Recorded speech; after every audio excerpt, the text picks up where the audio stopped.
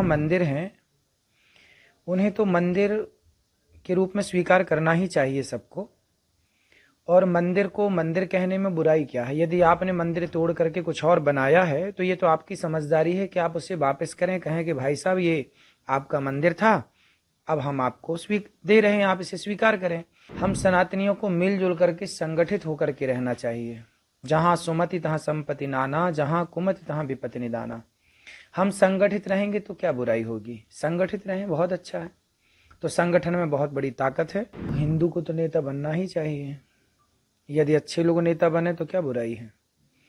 दूसरा ये है कि जहाँ मंदिर हैं उन्हें तो मंदिर के रूप में स्वीकार करना ही चाहिए सबको।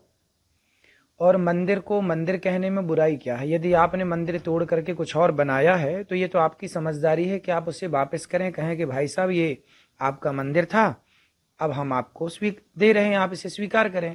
क्योंकि वो किसी कालखंड में तोड़ा गया। क्यों तोड़ा गया? क्या और जगह नहीं थी मस्जिदें बनाने की?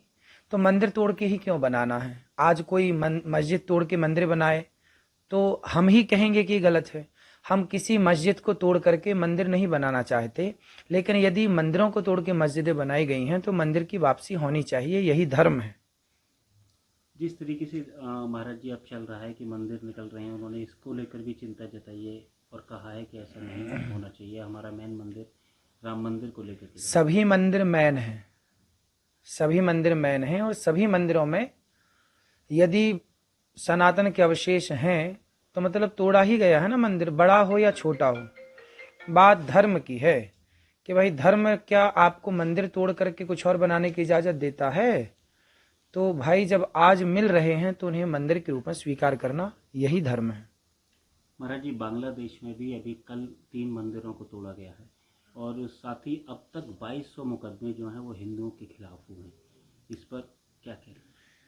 इसलिए कहते हैं कि जल्दी से जल्दी जनसंख्या नियंत्रण कानून भारत में आए, और जनसंख्या नियंत्रण कानून आएगा तो ही ये देश आगे चलकर सुरक्षित होगा। वरना हमने कई बार कहा है कि बांग्लादेश से भगाए गए तो भारत आए, पाकिस्तान से भगाए गए तो भारत आए, जम्मू कश्मीर से भगाए गए तो भारत के कोने कोने में गए। जिस दिन भारत से भगाए जाओगे कहाँ जाओगे?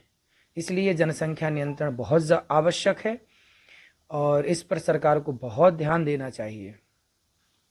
एक योगी जी ने भी आज बयान दिया है कि सनातन की जो सभ्यता है उसको रखने के लिए सनातन की रक्षा बहुत ज़्यादा जरूरी है और उसके लिए आगे आना चाहिए। सनातन के लिए तो सबको आगे आना चाहिए।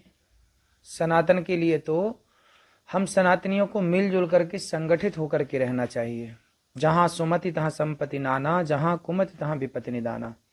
हम संगठित रहेंगे तो क्या बुराई होगी? संगठित रहें, बहुत अच्छा है। तो संगठन में बहुत बड़ी ताकत है। संगठित रहना ही चाहिए सबको। सनातनी संगठित होते तो इतने लंबे समय तक भारत गुलाम ना होता मुगलों का और अंग्रेजों का। गुलामी का सबसे बड़ा कारण था, अंग्रेजों ने नारा ही दिया, फूट डालो शासन करो। यदि आपने आपस में लड़ाई ना की होती, झगड़ा ना किया होता, तो क्या मजाल कि आपको कोई गुलाम बनाता। इसलिए सनातनियों को जातवाद मिटा करके, छुआछूत मिटा करके, जातियां बनी थी व्यवस्था के लिए, तो व्यवस्था के लिए जातियां ठीक हैं, लेकिन छुआछूत के लिए जातियां ठीक नहीं हैं। छुआछूत को मिटाओ और प्रेम से सनातनियों मिलजुल करके रहोगे तो भला होगा हम सबका।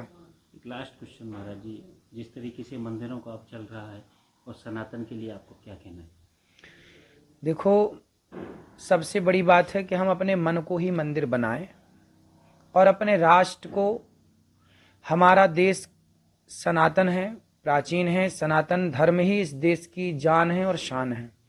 इसलिए हम तो कहते हैं कि गुरुकुलों की स्थापना हो।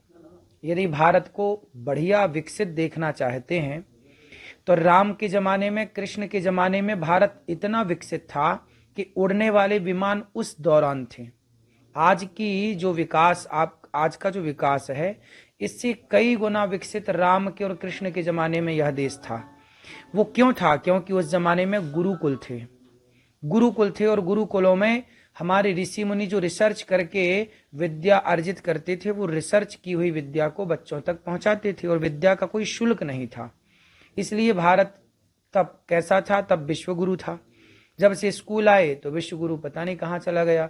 अब पुनः विश्व गुरु बनाने के लिए हमें इस गुरुकुलों की स्थापना करनी चाहिए।